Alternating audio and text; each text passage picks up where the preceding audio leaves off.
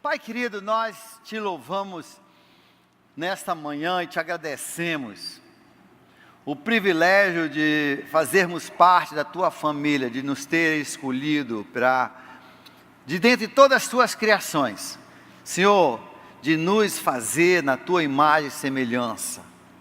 E mesmo com o desandar, com o pecado da raça humana, na pessoa de Adão e Eva e do pecado original, assim ainda nos amaste de tal maneira, nós que ainda não havíamos nascido, que vieste nos resgatar pela a única forma possível de salvação e resgate, Jesus Cristo, vindo na sua humanidade, em forma humana, e tomando sobre si os nossos pecados, e crucificado na cruz, ressuscitado ao terceiro dia, abriu, Senhor, a porta pelo qual nós podemos voltar a Ti, e podemos reaver o relacionamento e a posição que nos deste, Senhor, ao criarmos.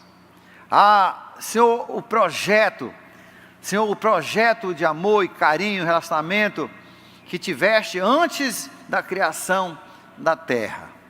Pai, nós te louvamos e te agradecemos por esse tão grande amor. Pai, nessa manhã nos mostre, nos ensine, Senhor, o valor da igreja, que entendamos, Senhor, o que queres que façamos. Te pedimos isso em nome de Jesus, amém. Nós estamos falando sobre a igreja, né? E a igreja, por serem muitas igrejas, obrigado, irmão, por serem muitas igrejas hoje, né, tem uma rua que eu quando eu venho para cá, tem uma rua que a gente passa, acho que são 10 igrejas, só numa rua, né? Outro dia um irmão perguntou assim, a gente precisava abrir uma igreja lá no meu bairro. Eu digo, quantas igrejas tem? Aí na minha rua tem 4. Eu digo, não, rapaz, não precisa mais de igreja não, talvez precise de igreja diferente, mas é muita igreja. Olha, farmácia e igreja no Amazonas,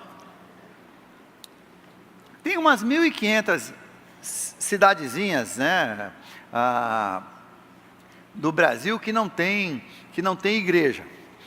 Isso é raridade, né? Assim, que não tem igreja evangélica, tem igreja católica. Mas no norte nós temos muitas igrejas.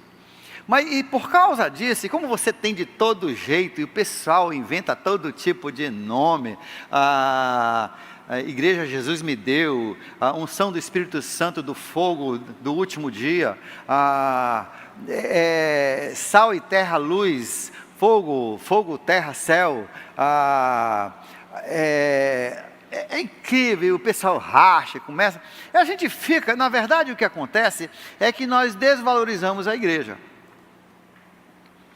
e nós temos que reaver o valor da igreja, porque a igreja, Jesus ensina isso, e Paulo bate nessa tecla, e Pedro nos dá o exemplo, de que você mexer com a igreja, é um pecado mais perigoso você ser castigado do que você ser imoral, ser desonesto ou até assassino.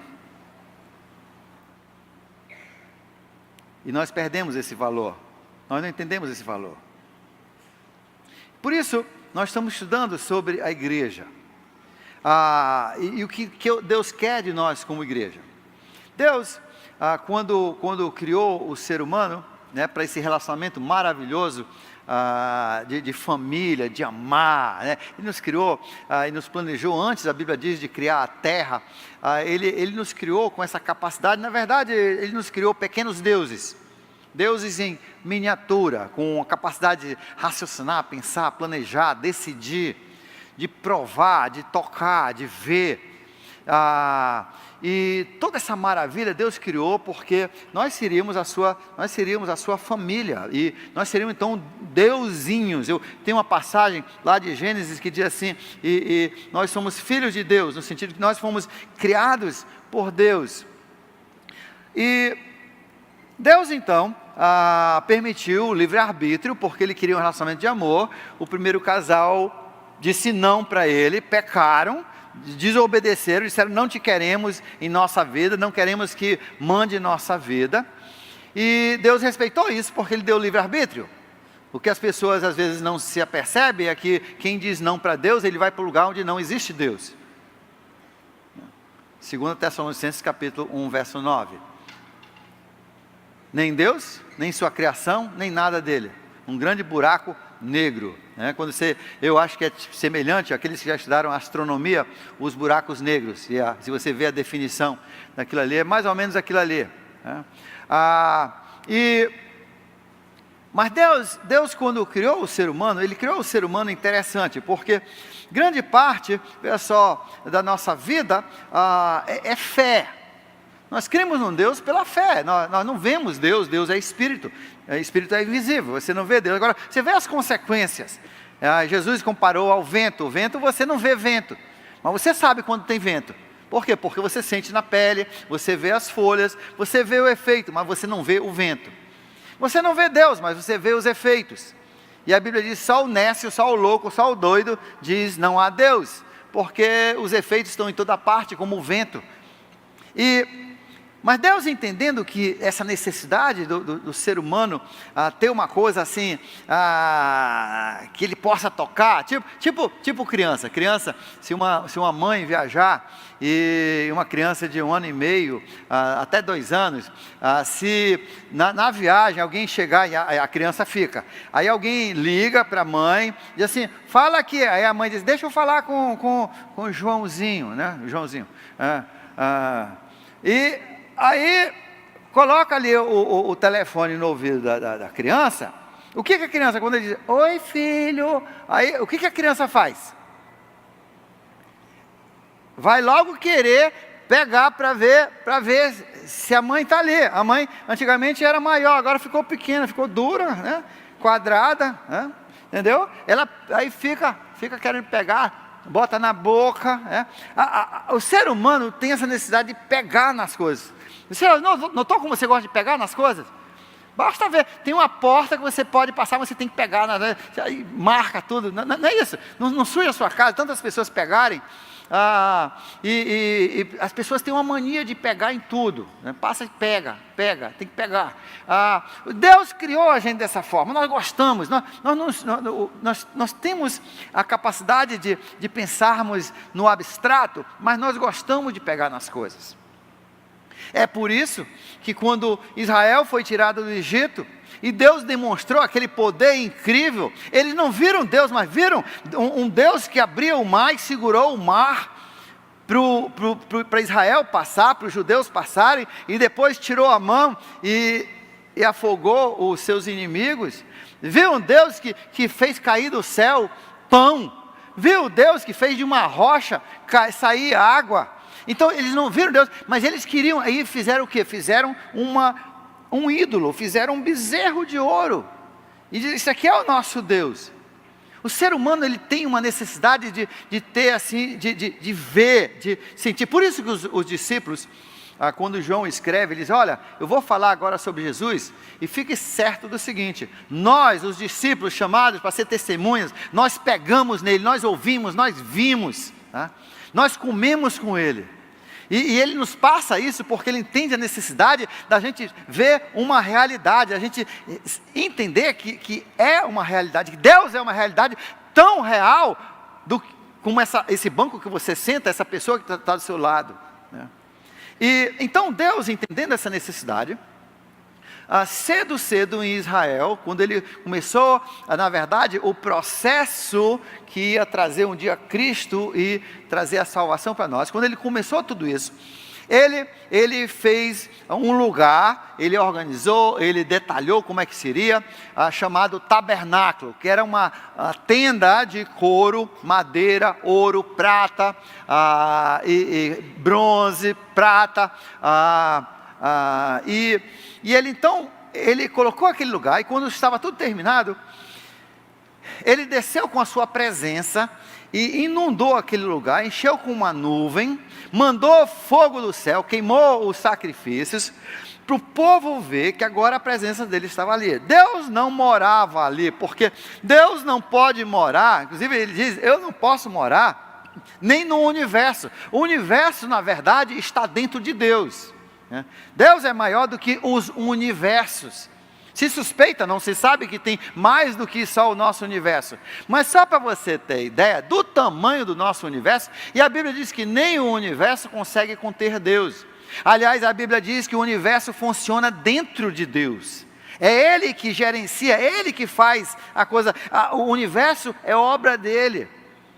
Ele é a força que faz girar todos os planetas, as estrelas e se fixarem nos seus lugares.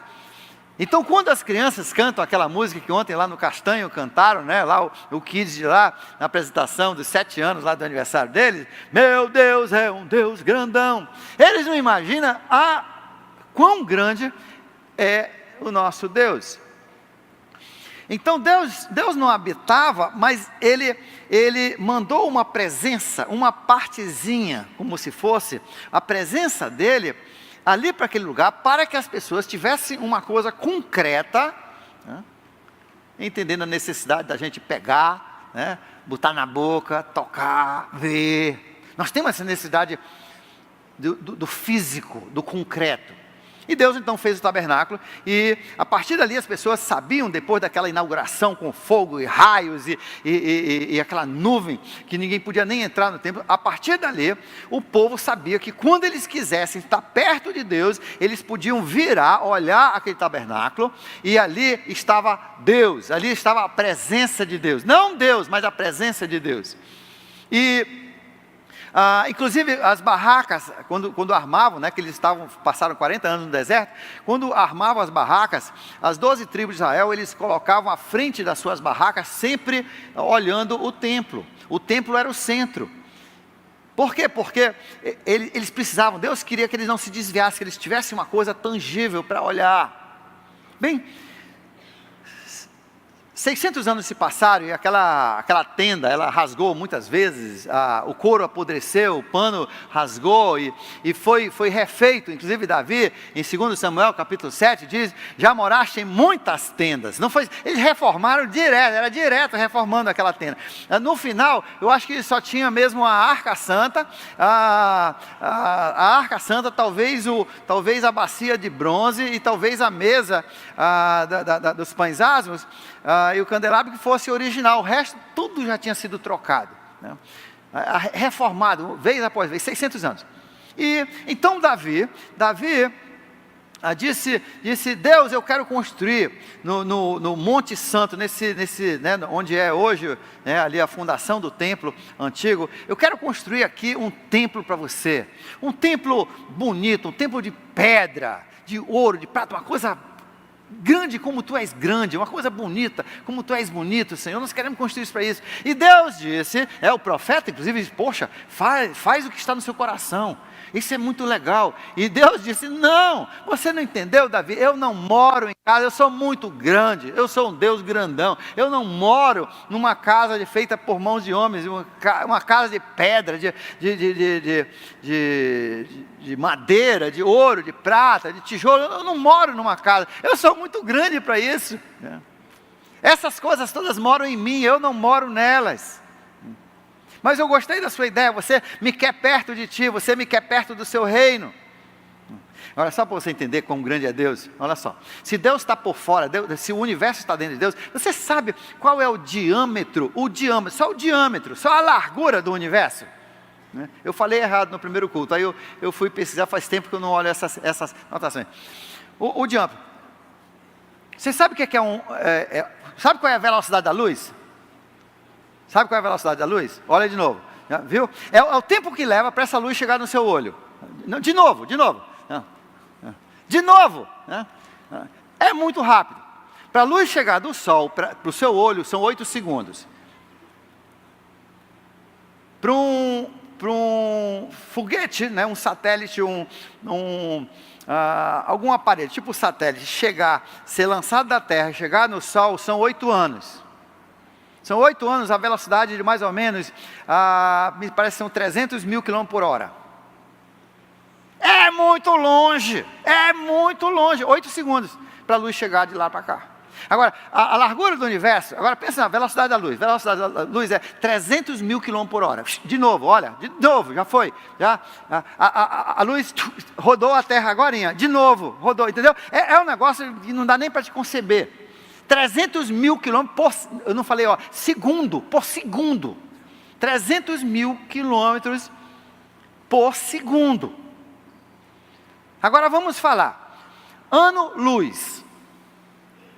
Um ano-luz é o tempo, é a distância que a luz viaja em um ano. Em um segundo, a luz viaja 300 mil quilômetros. Em um segundo. Quantos segundos tem num dia? Pastor, é muito cálculo, né? E quantos dias tem no ano? Isso aí é a distância que a luz viaja por ano, tá? É um ano-luz. A largura do universo é 93, se calcula, não tem certeza, é tão longe que as pessoas, se calcula que é entre 90 e 100 bilhões, né? Bilhões é o tanto que o pessoal roubou na Lava Jato, né? Bilhões, né? 90 a 100 bilhões de anos-luz. Meu Deus é um Deus grandão, é muito grande, está louco, está doido, né? Deus é muito grande. A expansão, e tem mais, o universo está expandindo, todo ano expande mais. Ela não é, ela é dinâmica. E aí as pessoas dizem, os cientistas dizem, então, se ela está expandindo, então, significa que o mundo, então, o universo tem pelo menos 60 bilhões de anos. Não, doido. Não, doido. Quando Deus criou, Ele criou tudo já no lugar. Ele não criou no lugar e expandiu, não. Ele criou tudo já no seu lugar. Entendeu? Meu Deus é um Deus grandão. Então, Ele criou as estrelas que estão lá naquela parte. Ele criou assim, eles estão andando rápido. Mas já criou lá, criou outras aqui, mais perto. Aquele que criou mais perto da gente foi o Sol. E o Sol é bem longe da gente.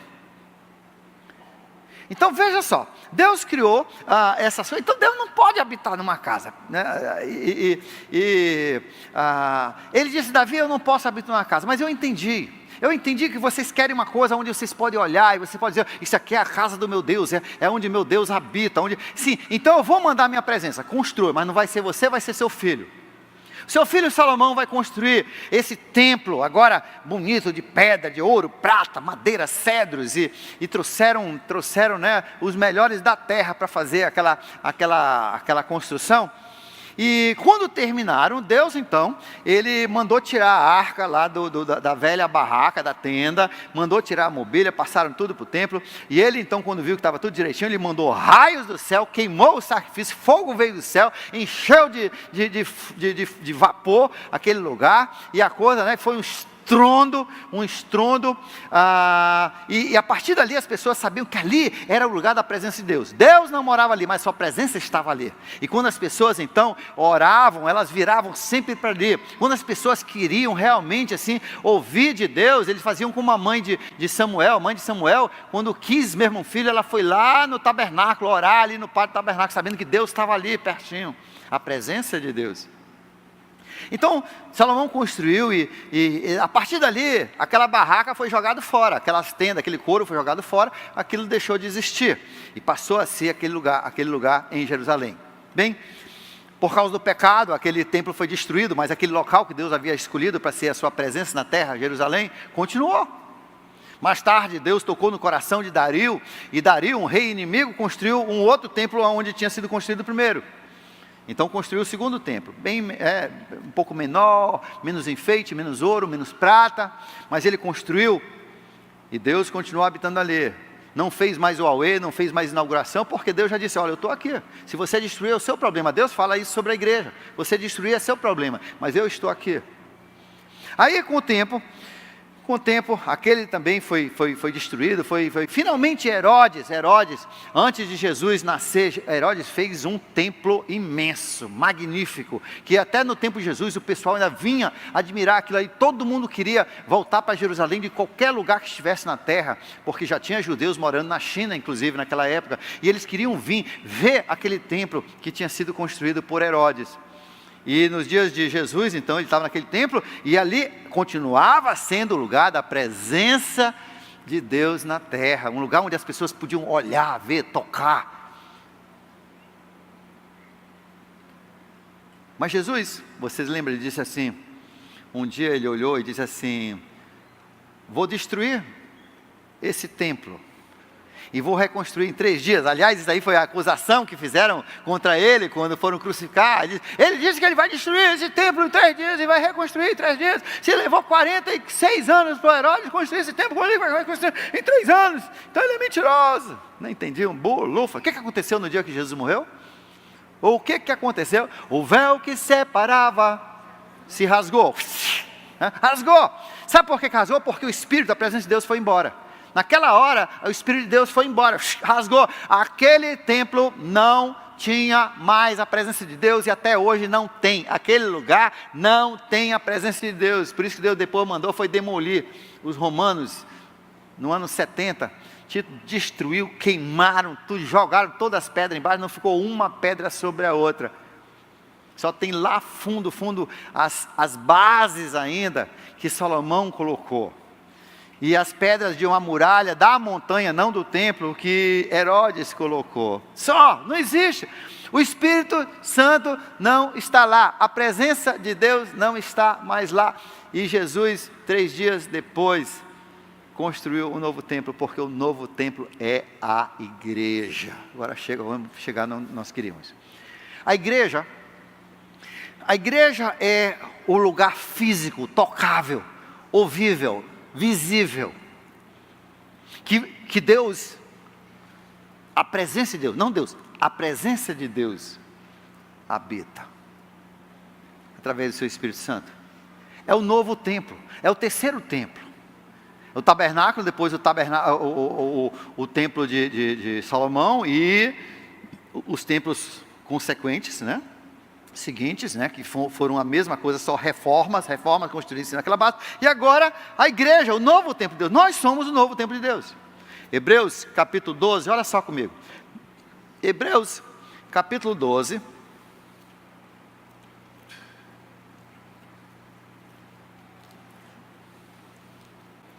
No 12, 21, ele diz assim: o espetáculo daquele dia que Deus se apresentou foi tão grande que Moisés disse: estou apavorado e trêmulo. Mas diz: vocês chegaram a uma coisa muito maior do que aquele monte Sinai onde Deus se apresentou. Vocês chegaram a uma coisa muito maior do que aquele templo. Vocês chegaram a uma coisa muito maior do que aquele tabernáculo, muito mais apavorante, muito mais maravilhoso e terrível. Vocês chegaram, verso 22, vocês chegaram ao Monte Sião, a Jerusalém celestial, a cidade de Deus vivo. Chegaram aos milhares de anjos, em alegre eclesia, igreja, a igreja dos primogênitos, cujos nomes estão escritos no céu. Vocês chegaram a Deus, ao juízo dos homens, e aos espíritos dos justos aperfeiçoados, a Jesus, o mediador da nova aliança. A igreja é o novo templo de Deus. Só para mostrar isso, além, você se lembra que quando inaugurou então o tabernáculo, teve aquela fumaça, aquele fogo do céu, aquele negócio todo. No templo, a mesma coisa. E no dia da inauguração da igreja, Jesus tinha falado para os discípulos: vocês não saem de Jerusalém enquanto isso não acontecer. Eu vou inaugurar a minha igreja. A igreja já estava sendo construída. Na base, Jesus tinha passado ali tudo para os discípulos e estava passando coisa, mas ele disse: eu vou inaugurar, o povo vai ver, o mundo vai ver agora, a minha presença vai estar aqui, na igreja. E foi o dia de Pentecostes. O dia de Pentecostes é a mesma coisa que aconteceu no dia da inauguração do templo e no dia da inauguração do tabernáculo. Só que agora não era mais de pedra, de pau, era de gente, de corações, de carne, osso, assim como Isaías tinha profetizado, o novo templo de Deus. Por isso que Paulo diz, vocês não sabem que vocês são o templo, a habitação de Deus, vocês são o santuário. Pedro diz, vocês estão sendo construídos como pedras preciosas em cima da fundação. A fundação que é as escritas dos apóstolos, né, as instruções que Jesus deixou, e a pedra angular, a pedra de esquina, a pedra onde você desenha o resto do prédio, que é Jesus. Vocês não sabem que vocês estão sendo construídos num lindo templo para Deus, que habita no coração. A presença de Deus habita no coração daqueles que o aceitam. Esse é o templo. Aí Deus queria deixar bem claro para as pessoas entenderem e valorizarem a igreja. Você se lembra lá no tabernáculo? Um cara chamado Uzá, ele pensou, eles estavam carregando lá a Arca Santa, e ele pensou que ia cair lá da carrocinha, e ele tocou e morreu. Você se lembra? Você se lembra os filhos de Abraão, os filhos de Arão, na empolgação do auê, pegaram um incensário, porque viram o pai e o outro irmão entrarem ali, estavam louvando a Deus, naquela euforia eles entraram com um incenso não autorizado e morreram. E a mesma coisa começou também no templo. No templo Deus manifestou essas mesmas coisas, para as pessoas entenderem que ali era um lugar sagrado, era um lugar da presença de Deus. Logo depois da inauguração da igreja, agora, onde é que ficava a igreja? Onde é que ficava a igreja? Era mais parecido com o templo de Salomão ou com o tabernáculo? Com o tabernáculo, porque ele podia estar em todos os lugares. Ele podia espalhar por toda a parte da terra. Aonde iam os corações dos homens, o tabernáculo ia também. O tabernáculo de Deus, nós somos o santuário. Mas Deus queria que a gente entendesse o mesmo valor, e como era tão terrível quanto o outro, que o Deus é um Deus de se temer, é um Deus sim de você ter medo, de você honrar, amar, mas quando você está na contramão dele, de você ter medo. E um dia, um homem chamado Ananias e Safira, logo no início da igreja, Deus já queria deixar a lição bem clara. Eles chegaram e mentiram na igreja. O que aconteceu? Papo! Foi igual Uzias, quando ele tocou lá na Arca Santa, morreram. Por quê? Porque Deus queria deixar bem claro, gente, é a mesma presença de Deus, só que agora é a igreja. E por isso que o apóstolo Paulo escreve em 1 Coríntios, capítulo 11, ele diz, gente, tenha cuidado com a igreja, cuidado para você não causar divisões, cuidado para você discernir, para você respeitar a igreja, porque se tem uma coisa pelo qual Deus te mata, é você mexer com a igreja.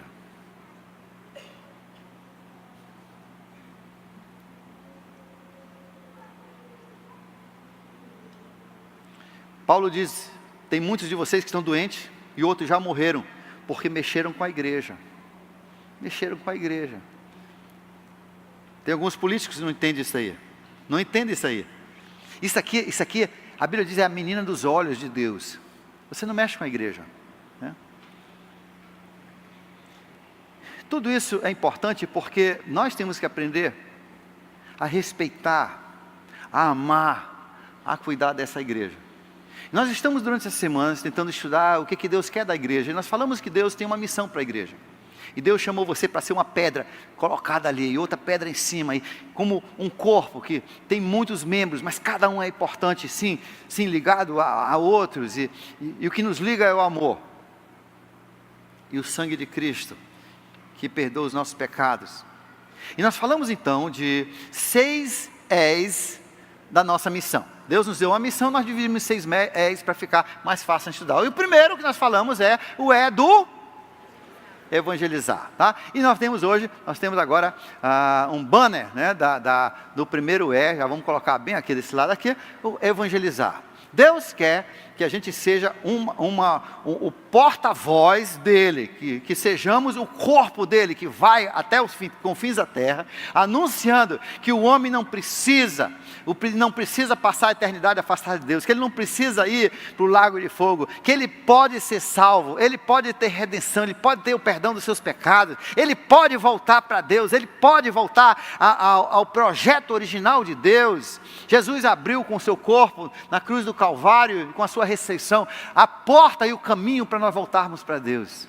Nós podemos ter isso. Isso é evangelizar, é falar as boas novas. E o batismo faz parte disso. É quando a pessoa diz fisicamente. Veja só, primeiro o outro é abstrato. Você faz aqui a decisão abstrato, mas aí fisicamente, Deus entendendo que a gente precisa ter aquele físico, né? É igual a aliança. Não, eu sou casado com ela, sim, por que não botou aliança? Ah, porque...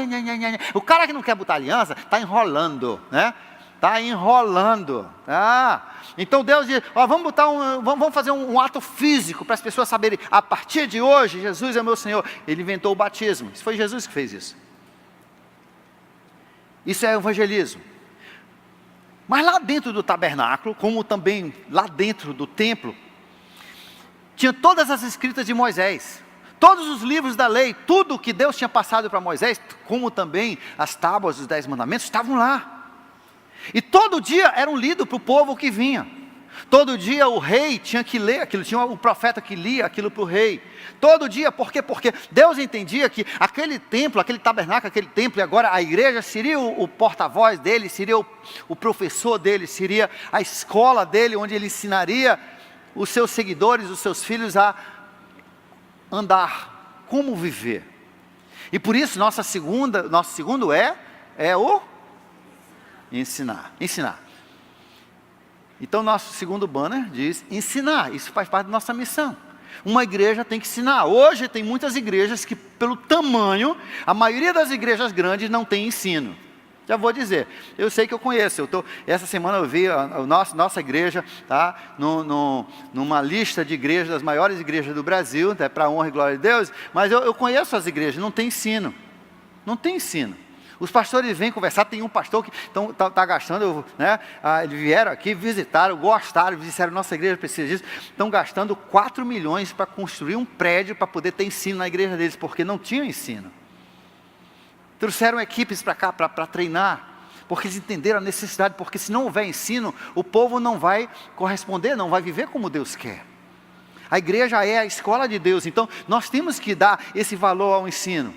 E aqui na igreja, quem vai fazer parte dessa igreja vai entender que isso aí vai fazer parte. Nós vamos encher seu saco, na expressão de dizer, nós vamos ir até você estudar, nós queremos que você estude, nós não queremos que você seja um crente burro. De crente burro o mundo está cheio. De crente burro o Brasil está cheio. Por isso que o Brasil, que é o maior, o segundo maior, pelo menos, talvez primeiro, país, percentualmente primeiro, país cristão. É o país entre os 5 mais corruptos, entre os 5 mais violentos, entre os 10 mais imorais, onde mais tem filho que não tem pai presente. Que história é essa se nós somos um país cristão? É que falta ensino. Ninguém está ensinando. E nós colocamos isso com a nossa meta, e nós estamos vendo a diferença, nós vemos a diferença nas nossas crianças, quando vão para a escola, quando vão para a sociedade, nós vemos a diferença na sociedade. As pessoas veem a diferença quando você estuda essa palavra. Jesus diz, a minha palavra é espírito e é vida, e essa palavra é que transforma a nossa vida. É isso que transforma. Você não vai transformar a sua vida se você não ouvir, se você não estudar. Então aqui a gente passa muito tempo estudando.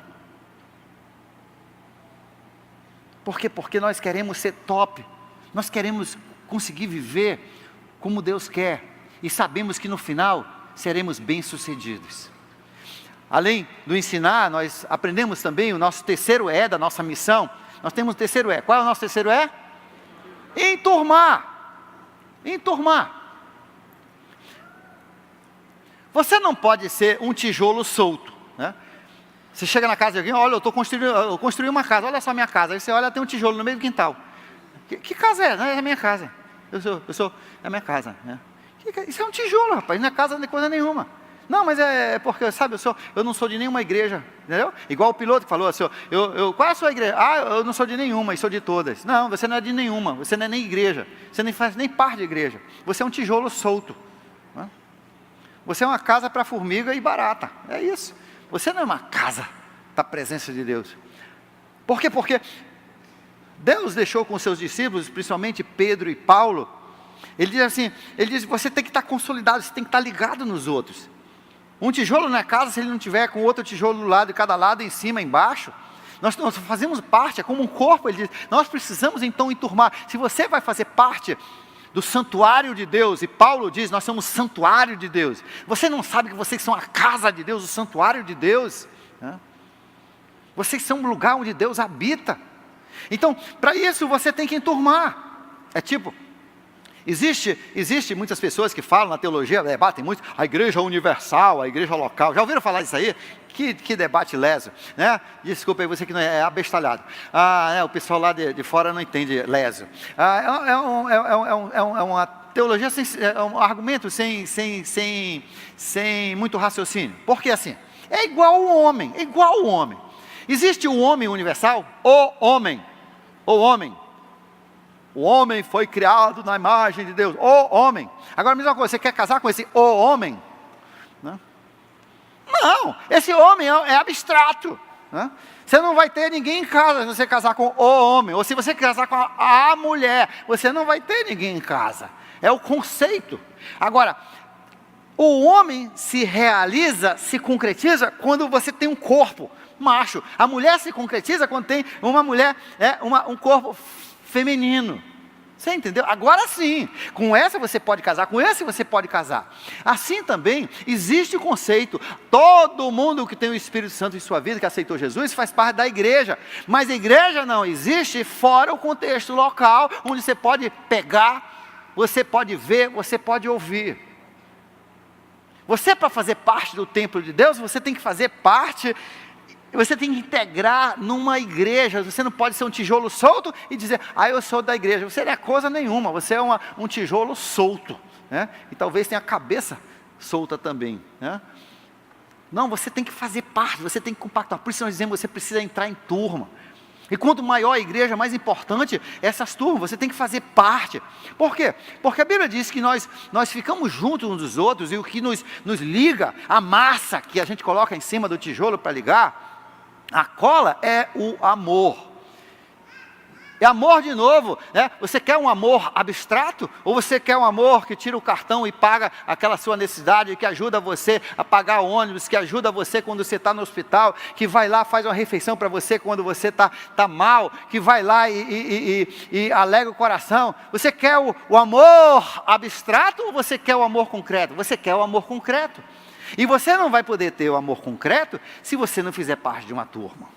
Você tem que enturmar, você tem que fazer parte de um pequeno grupo, você tem que fazer parte da igreja, você tem que ser participante. Você tem que, e veja só, quando a Bíblia fala de amor, não é só passar a mão e comer chocolate.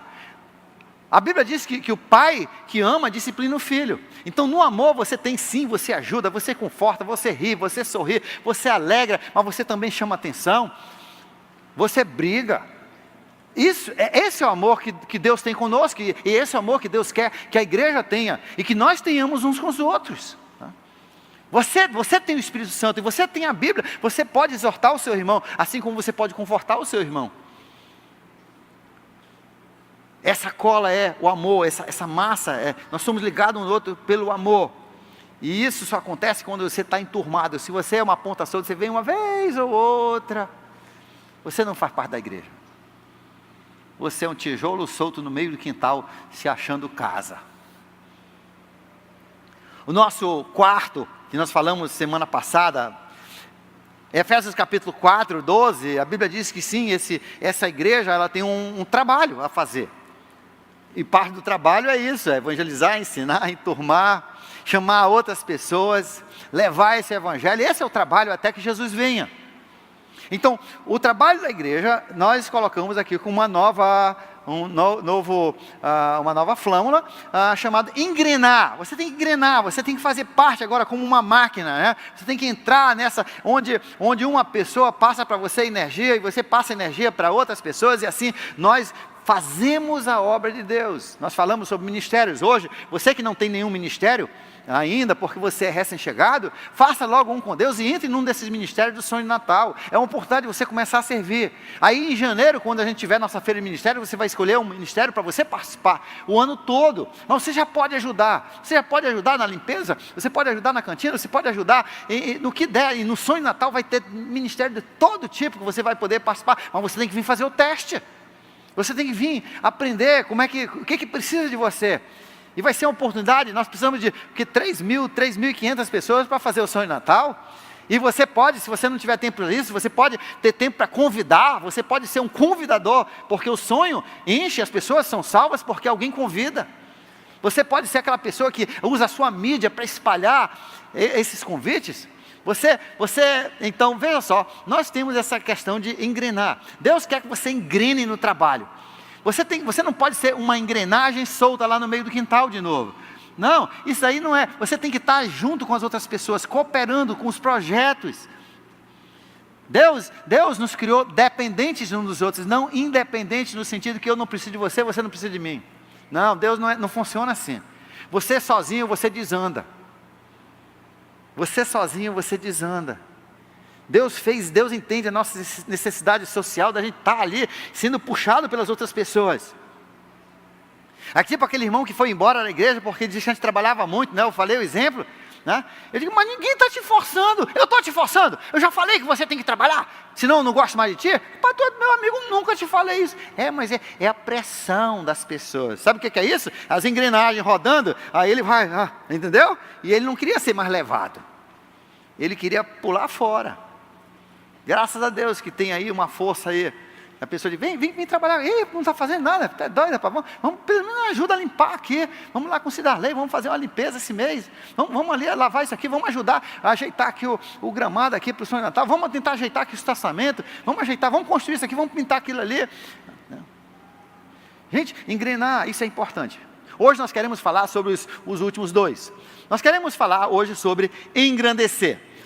A nossa quinta missão, nosso quinto é engrandecer. Engrandecer. Engrandecer tem a ver com brilho, glória. 1 Coríntios capítulo 10, verso 31. 1 Coríntios capítulo 10, verso 31. Quer você coma, quer você beba, está tudo lá. Quer você faça qualquer outra coisa, faça para o brilho do Senhor. Glória significa brilho, para refletir, para as pessoas verem Deus, a beleza de Deus, o brilho de Deus. Tudo na nossa vida, como igreja, e se eu sou uma das pedras da igreja, então quando as pessoas olham para mim, eles estão olhando o templo. Quando você chega num prédio desse, você não consegue ver tudo de uma vez. Só se você tem um olho biônico. Aí vê um lado, manda o outro, né? Tem gente que tem até o olho assim, né? Um pouco assim. Mas não aquele olho que vai lá longe. Tem os dois animais que tem o olho que sai, né? Que sai e olha assim. Mas mesmo assim não dá para olhar por cima. Você não tem olho de drone, né? Olho de drone de todos os lados ao mesmo tempo. Só Deus tem um olho assim. Então, veja só, quando as pessoas veem o templo, mesmo aquele tabernáculo lá de Moisés, ou o templo lá de Salomão, ou de Herodes, eles não conseguiam ver tudo uma vez só. Tinham que rodar, eles viam, olha como é bonita essa parte aqui. Olha como é bonita essa parte aqui. E eles veem uma parte por vez. E assim também na igreja, eles vão ver um tijolo por vez, às vezes 3 ou 4 tijolos por vez. Eles vão ver uma partezinha, eles vão ver a sua vida e vão dizer, uau, que coisa bonita. E vão depois ver outra parte. Olha só, que legal, olha só, é muito legal. Olha só esse templo de Deus, essa igreja, como é bonita essa igreja. Uau, eu não imaginava que podia ser assim. Olha, é fantástico.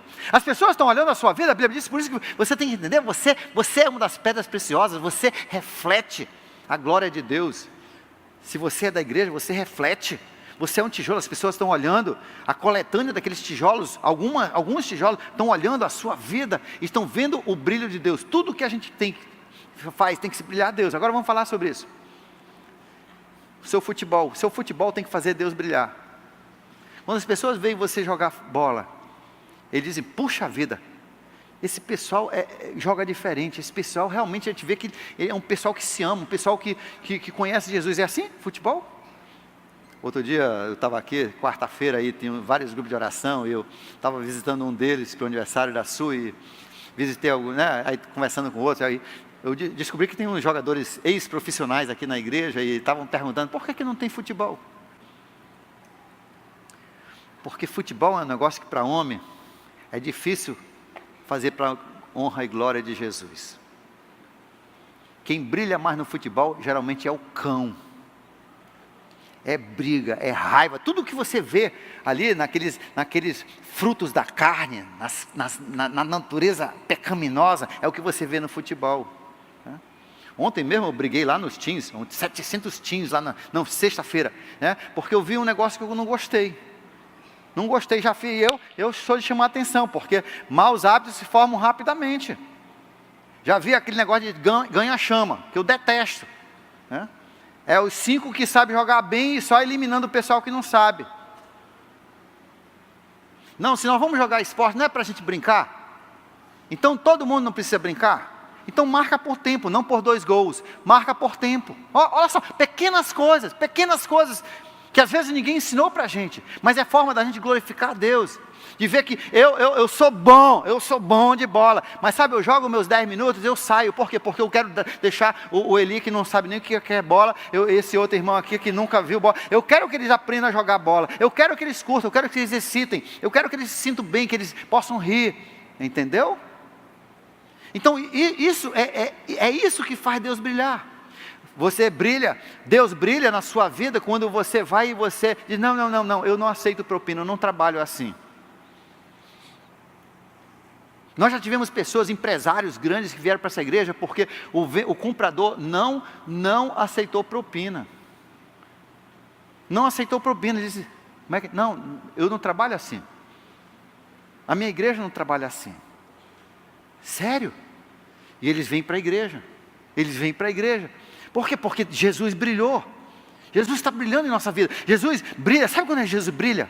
Jesus brilha quando aquele cara que era um cafajeste, um sem vergonha, um safado, sem vergonha, né? Botava chifre na mulher, aí ele se converte, ele aceita Cristo, e a vida dele muda, ele deixa de ser mulherengo, ele passa a ser um homem dedicado para essa chata, ele se torna um pai para essas crianças irritantes, e ele ama aquelas crianças, ele tira tempo e leva para passear, leva para jogar bola, ele sustenta, ele não sustenta agora os filhos de todo mundo, ele sustenta só os filhos dele.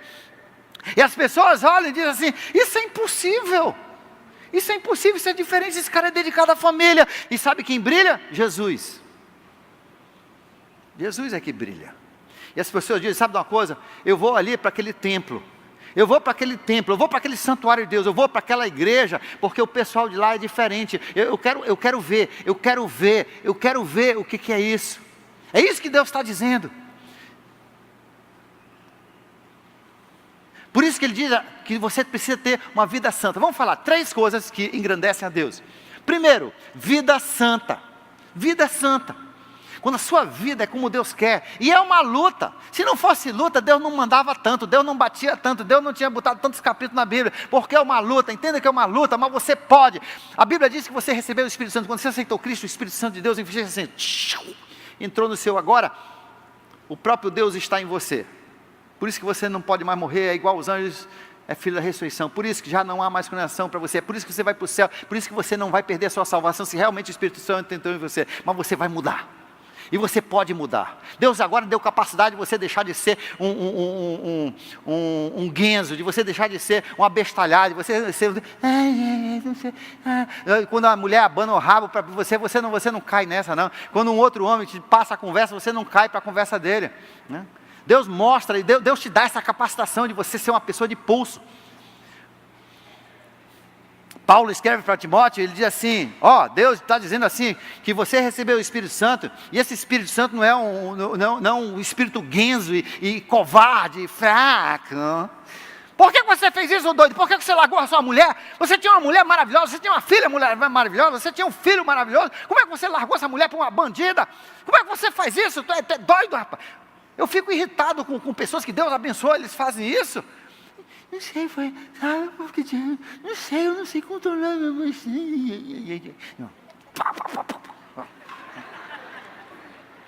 Seja macho, homem. O Espírito de Deus que entrou em você, Paulo diz, é um espírito de coragem, ousadia e força e poder. Não um espírito... Qualquer mulher que passe abana o rabo, aí o cara, mas ela falou que eu era tão bonito e gostar de mim, aí, levou para a cama. É por isso, jovens, tem jovens, por isso que eu digo, olha só, o cara que não consegue jogar bola fazendo Jesus brilhar, então para você, bola é pecado. É isso que a Bíblia ensina. O cara que não pode tomar um pouquinho de vinho sem ficar bêbado, então para você é pecado. O cara que não pode comer sem ser glutão, então para você é pecado. Faça um jejum de 40 dias até você, né, emagrecer. Gente, tudo para quer come, a primeira coisa que Deus fala, quer coma, quer beba, quer coma, olha só. Tem gente que está precisando glorificar Deus na sua alimentação. Coma menos, fecha mais a boca, exercite mais. Coma coisa que presta. Um jovem, eu não consigo entender um jovem que ele dá um beijo na menina e já está na cama. Eu não consigo nem entender nem o jovem nem a jovem. Eu desconfio que não tem Deus. Eu desconfio que não tem o Espírito Santo, porque a Bíblia diz que o Espírito Santo é um Espírito que te dá a capacidade de dizer não para isso. Claro que a sua carne quer, mas Deus diz não. Eu não entendo uma pessoa que tem uma tendência a homem. Sim, você pode ter uma tendência a homem, mas não interessa, Deus diz que não e acabou. Tem que ter rédeas, tem que ter pulso firme. Tem mulheres que têm uma tendência para mulher, acha a mulher bonito. Tem pessoas que acham o cachorro bonito. Mas você tem que ter pulso. Eu, por exemplo, eu tenho um instinto, eu gostaria de matar muitas pessoas.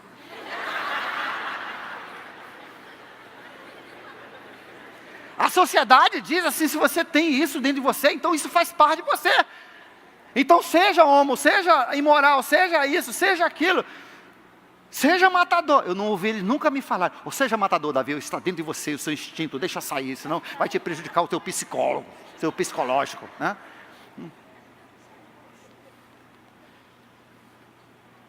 Você entendeu? O Espírito Santo em mim, ele me aprendeu, ele me ensinou a rédeas nisso aí. Na minha raiva, na minha ira, de gritar, de levar no grito, de berrar. Eu nasci com esse instinto de querer levar a coisa no grito, entendeu? Mas sabe uma coisa? O Espírito Santo me ensinou que não é assim. E que eu tenho que aprender a controlar isso. E Deus me ensinou a controlar. E sabe por quê? Porque Jesus tem que brilhar, não é o Davi. Não é o diabo. É Jesus que tem que brilhar. E quando uma pessoa te vê no meio da tempestade, você numa calmaria, e você fazendo decisões corretas e tranquilas, isso faz Jesus brilhar. Isso faz o templo de Deus ser bonito. E aquilo que você não pode, que você não consegue fazer para a glória de Jesus é pecado para você. É pecado, então deixe de fazer. Seja bola, seja namoro, seja trabalho. Se você está trabalhando num lugar onde você não consegue glorificar Deus, então você tem que sair daquele trabalho.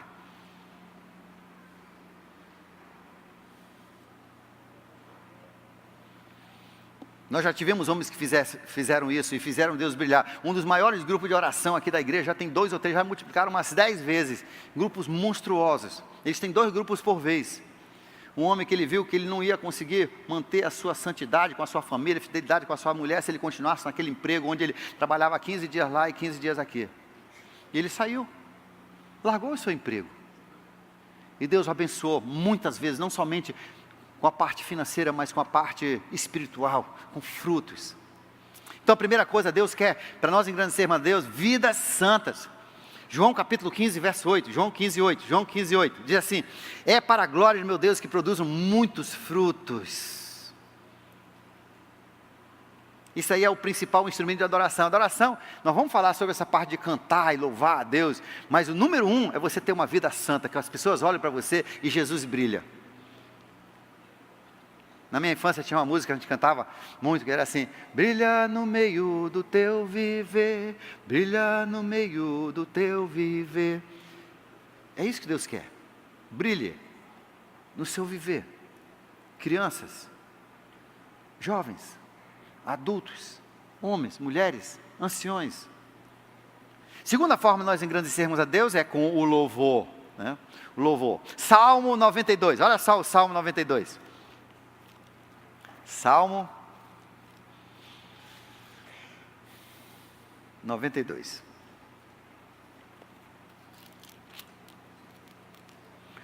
Como é bom render graças ou louvar ao Senhor. e cantar louvores ao seu nome, ó Altíssimo, anunciar de manhã o teu amor leal e de noite a tua fidelidade, ao som da lira, né, o violão de 10 cordas e da cítara e da melodia da harpa. Tu me alegras, Senhor, com os teus feitos, as obras das tuas mãos levam-me a cantar de alegria. Deus é engrandecido quando nós louvamos, e o nosso louvor oral, o que sai da nossa boca, é coerente com o nosso coração, que realmente a gente está falando aqui de dentro do coração. Por isso, quando a gente vem louvar a Deus, a gente precisa, e às vezes é difícil a gente tirar todos os obstáculos. Isso é principalmente difícil para quem rege o culto, quem está trabalhando no culto, e problemas técnicos. Mas tem que ter um momento onde você tira aquilo tudo e você está só na presença de Deus, e você louva a Deus. Como é bom quando a gente louva a Deus. É como naquela hora que o marido vem com a mulher, pega assim o rosto dela entre as duas mãos, que às vezes ele pega nas duas mãos, mas assim, né? Mas ele pega nas duas mãos e assim, como você é bonita, como eu te amo, eu gosto de ti também, né? Quando aquele garoto chega e dá um abraço no pai, e pula na costa dele, agarra o pescoço dele, eu te amo, papai. Assim são os nossos louvores, quando nós falamos do nosso coração, a verdade que nós sentimos por Deus. Eu sei que isso para homem é mais difícil do que para mulher, mas nós temos que aprender.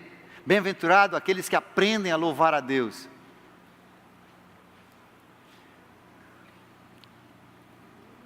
Hebreus capítulo 13, verso 15 diz que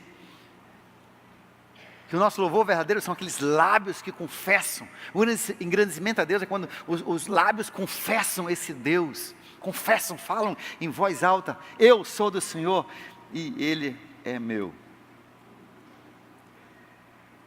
Terceira forma de nós engrandecermos a Deus é amando uns aos outros.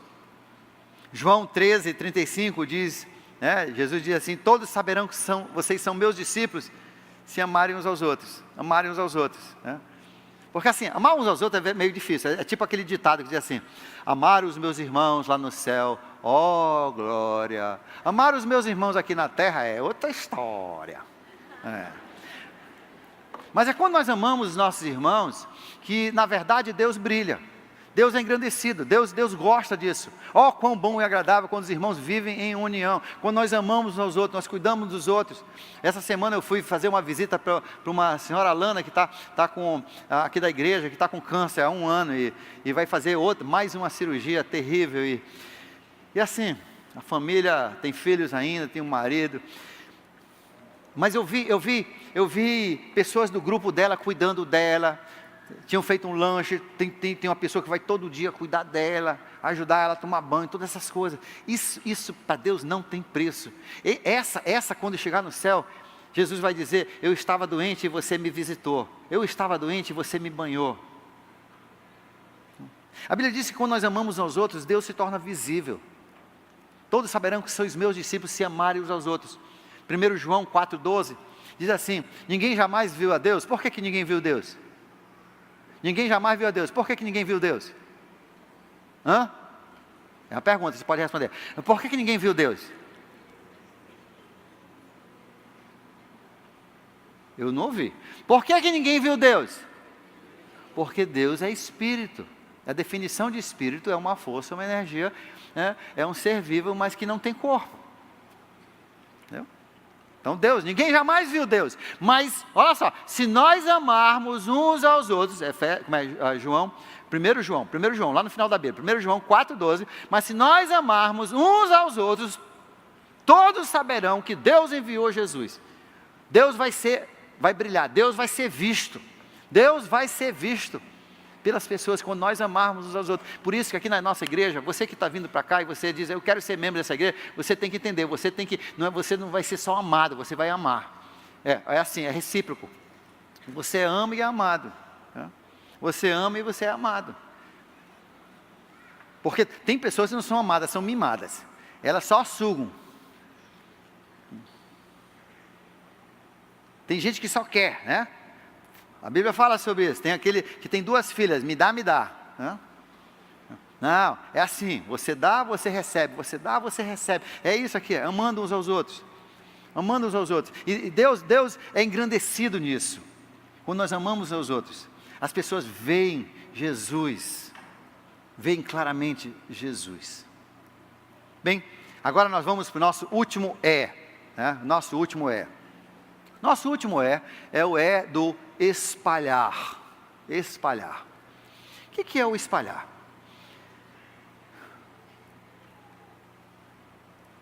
Como eu mencionei há pouco, igrejas, existem muitas igrejas. Né? Existem muitas igrejas.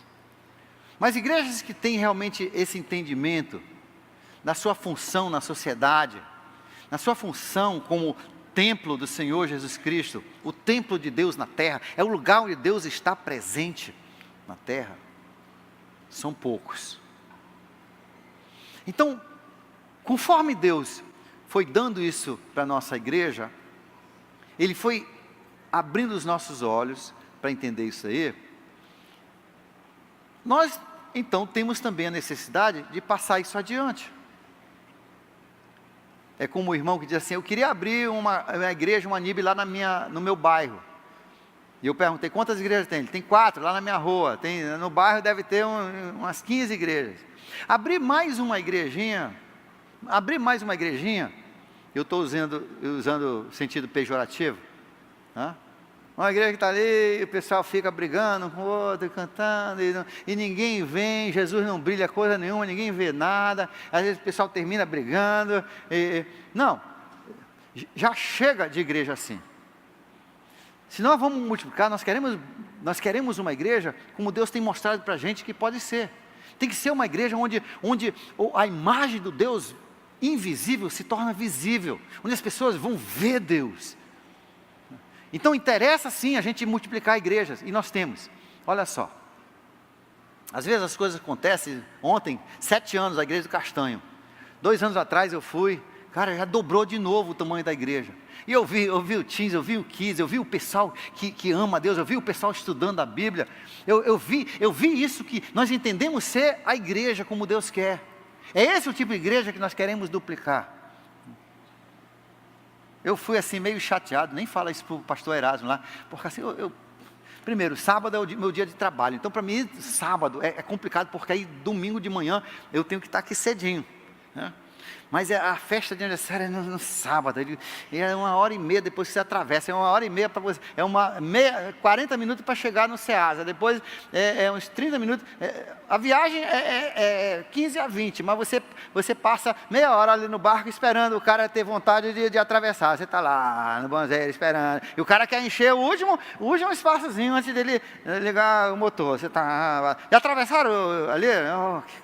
Aquilo é um saco quente, fedido, peixe podre de toda parte, todo mundo suado, e Castanho para mim é o lugar mais quente da terra, né? O pior dia da minha vida em termos de calor assim, de brotoejo fazer assim, né?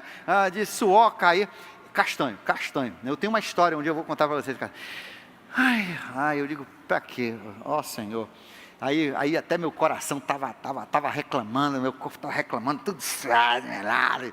E a minha esposa diz assim, eu não tô gostando dessa viagem, né? Assim, e ela não estava indo, ela não estava gostando, né? Eu não estou tendo bom pressentimento sobre isso. Desde quando que a gente vive de pressentimento? Aí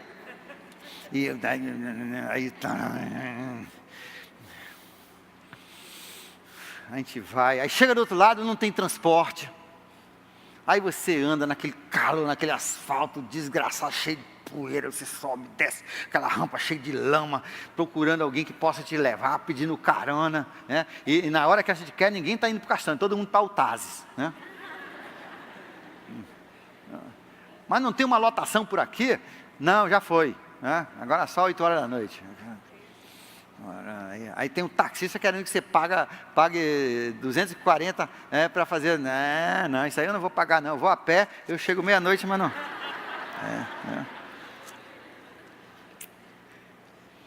Aí você sai, e aí é pior ainda, toda vez que eu vou para o Careiro, eu apago a luz de lá. É um dom que eu tenho, eu apago a luz, né?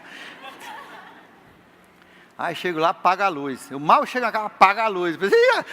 Ano retrasado também apagou a luz. Eu digo, pois é, por isso que eu vou deixar de vir. Mas de qualquer forma, aí quando eu chego na igreja, uau, aí muda tudo. Entendeu? Aí você vê o brilho de Deus. E o seu coração se enche. E você vê os kids cantando, e você vê o teens fazendo as pantomimas, e você vê os adultos servindo, e você vê uma igreja evangelizando, uma igreja crescendo, e você vê, e você diz, vale a pena. Quem é você, seu mísero, que reclama de vir uma tarde aqui para ver o que Deus está fazendo? Está se repetindo o que nós fazemos aqui, lá, e está se repetindo em toda a parte do Brasil. Nós temos umas 22 igrejas diretamente associadas, mais umas 10 que não são associadas a nós, que estão fazendo pequenas NIBs, no sentido de entender que isso aqui é o programa de Deus, isso aqui Deus, isso faz a igreja brilhar, isso é um templo bonito para Deus. Ontem eu estava conversando com a Eliane, nós temos só nosso clubinho, sabe o que é o clubinho? Evangelismo de crianças. Nós estamos com 100 aqui no Brasil, no mínimo 100, e tem outros que imitam. E não interessa se tem um nome Nova, ou presbiteriano, ou metodista, ou batista, ou católico, contanto que estejam fazendo esse programa para as crianças conhecerem Jesus. Contanto que os teens estejam aprendendo a viver com Deus e não com a imoralidade e a pornografia. Nós temos em vários lugares da cidade, várias cidades do nosso interior e várias cidades aqui do Brasil. Pessoas vão levando esse tipo de igreja. E algumas são mais, crescem mais do que outras. Um militar e a sua esposa carioca que foram para Cascavel, hoje tem uma igreja de 2.000. Um cara que disse que não ia ser pastor, aí eu falei no último dia do culto dele, disse, não, eu acho que Deus está te chamando para ser pastor. Ele disse, não, o que é isso, Davi? Está lá, uma igrejona, pastorzão, 2.000 membros.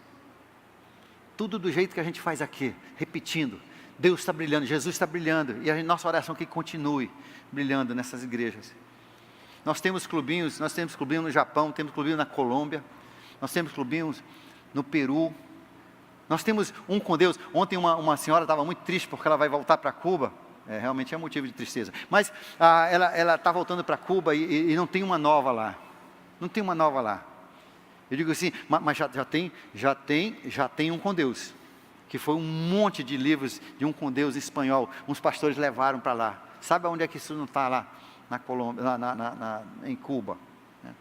Então, nós queremos, e quando você contribui com as suas ofertas, quando você vai e você faz esse projeto, nós estamos levando isso aí. Nós vamos começar um projeto em breve, nós já estamos com um pastor aqui fazendo estágio, a esposa, para trabalhar com falantes de espanhol, principalmente venezuelanos. Há mais de 30 anos que eu oro pela Venezuela, porque eu achava que a gente tinha que abrir uma igreja ali na Venezuela. Como nós não fomos, Deus trouxe. Deus trouxe a Venezuela, e um dia, quando o Maduro ficar podre,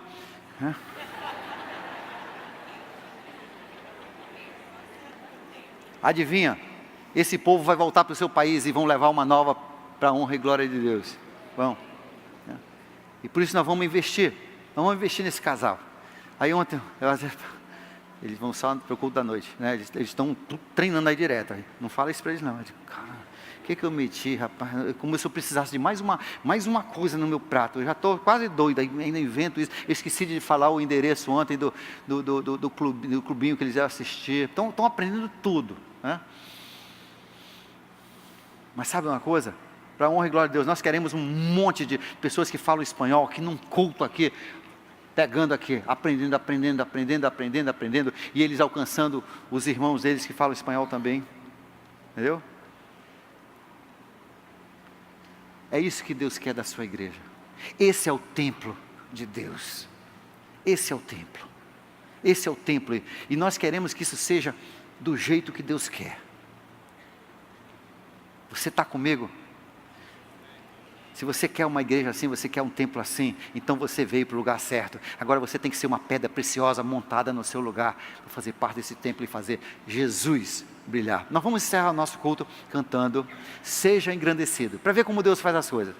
Essa semana todinha eu pensei, puxa vida, tem uma música antiga, que eu queria tanto cantar, mas ninguém sabe. Eu ia puxar hoje, só eu puxar e ensinar para vocês. Eu chego hoje, está lá no roteiro. Seja engrandecido.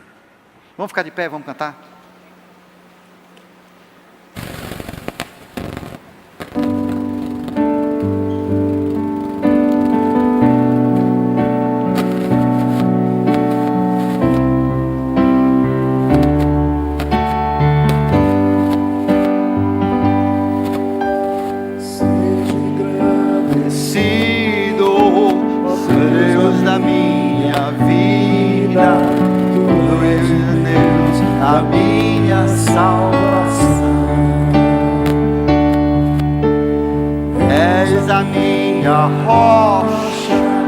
A minha segurança, meus lábios sempre te exaltarão. Aleluia,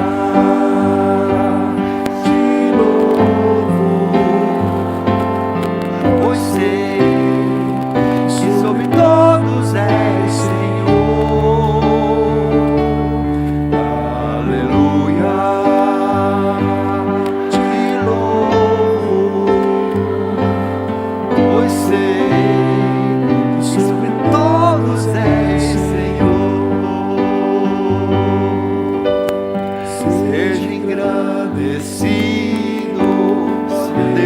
Minha vida, tu és o Deus da minha salvação.